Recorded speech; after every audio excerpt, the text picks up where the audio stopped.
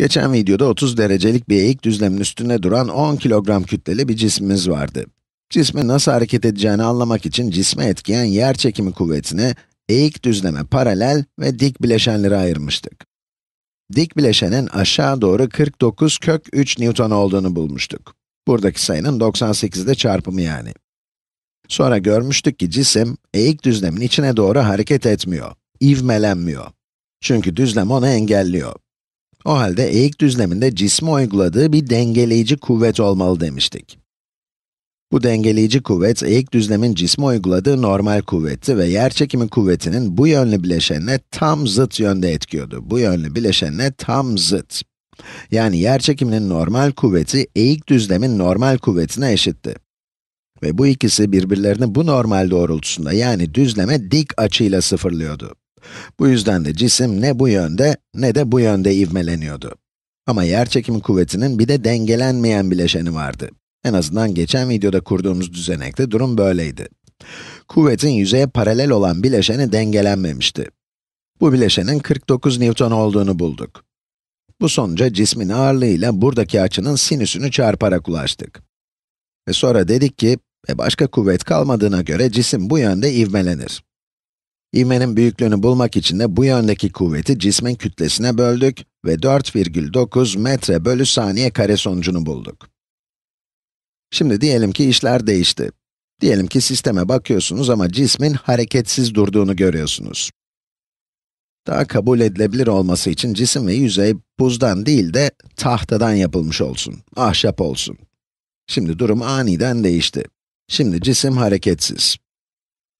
Cisim hareketsizse bunun sebebi ne olmalıdır?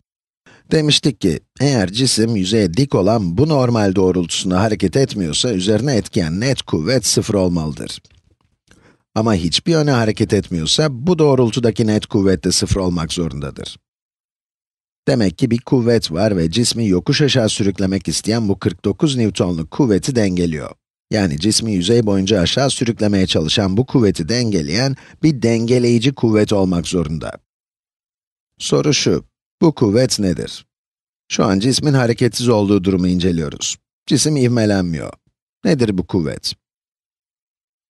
Tahminen kendi tecrübelerinizden de bilirsiniz, tahta yüzeydeki tahta cisimle buz yüzeydeki buz arasında ne gibi bir fark vardır?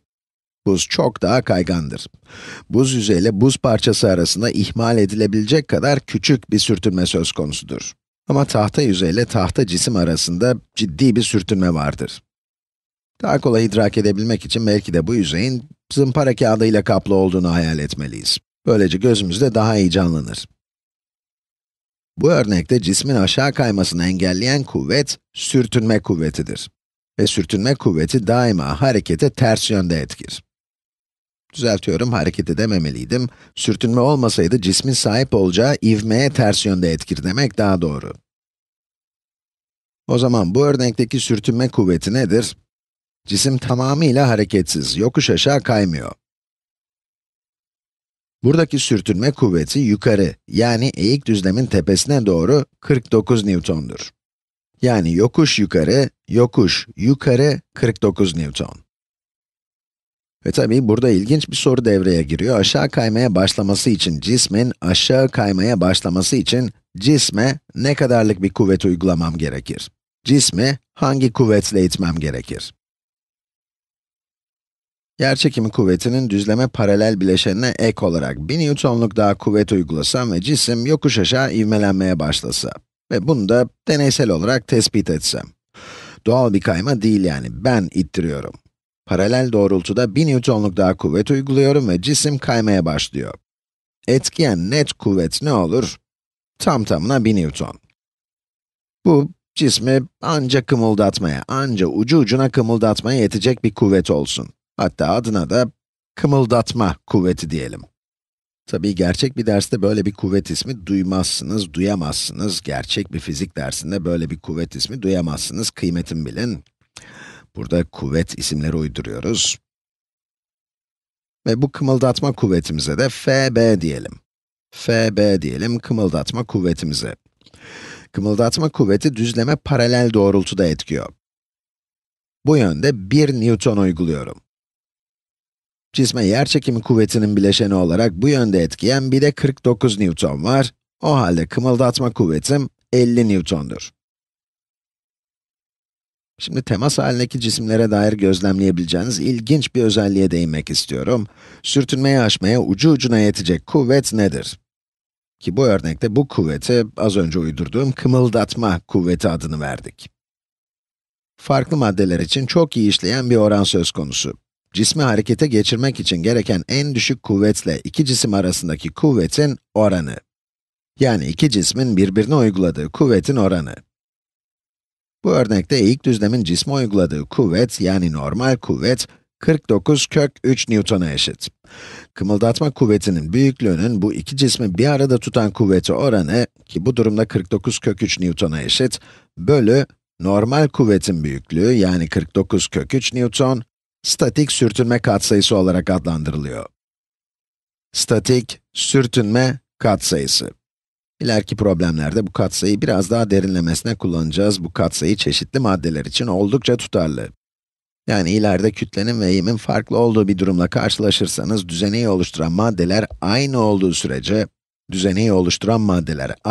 sürece, normal kuvveti bulup kımıldatma kuvvetini oradan hesaplayabilirsiniz.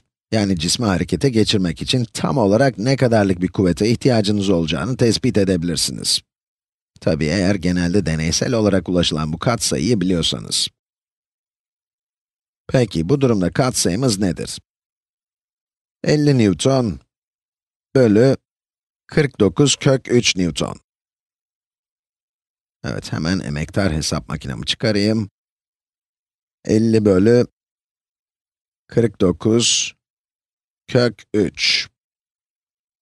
Virgülden sonraki iki basamağı yuvarlarsak, 0,72 gibi bir sayı elde ettik. 0,72. Yani katsayımız 0,72. Şimdi alın bu değeri istediğiniz gibi kullanın. Statik sürtünme katsayımız. Statik sürtünme katsayısı diyoruz çünkü bunu sürtünme kuvveti ile normal kuvvet arasındaki oran belirliyor. Cisim durgunken sürtünme kuvvetini anca aşmaya, ucu ucuna aşmaya, iki cisim arasındaki sürtünmenin en önemli kısmını ucu ucuna yenmeye yetecek statik sürtünme kuvvetine dair katsayı bu. Cismin hareketsiz olduğu durumla hareketli olduğu durum arasında nasıl bir fark var, bunu ayrı bir videoda anlatacağım. Çoğu zaman fark çok büyük değildir ama bazı maddelerin hareketsiz ve hareketli sürtünme katsayıları arasında büyük veya en azından dikkate değer bir fark olabiliyor. Evet, şimdilik burada bırakalım. Gelecek birkaç videoda sürtünme katsayısını kullanmamızı veya hesaplamamızı gerektiren problemler çözeceğiz. Hoşça kalın.